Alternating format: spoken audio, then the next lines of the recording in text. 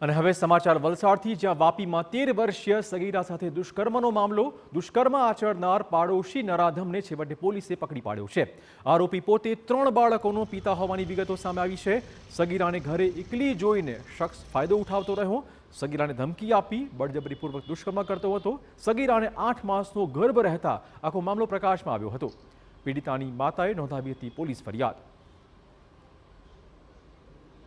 જે આરોપી છે મુન્ના કુમાર સુરેશલાલ શ્રીવાસ્તવ છે, તે ઓરિજિનલી બિહારનો રહેવાસી છે અને થોડા વર્ષોથી અહીંયા આવીને વાપીમાં અલગ અલગ ફેક્ટરીમાં એમાં મજૂરી કામ કરે છે. અને આરોપી પોતે પરિણીત છે. એના પોતાના 3 નાના નાના બાળકો છે.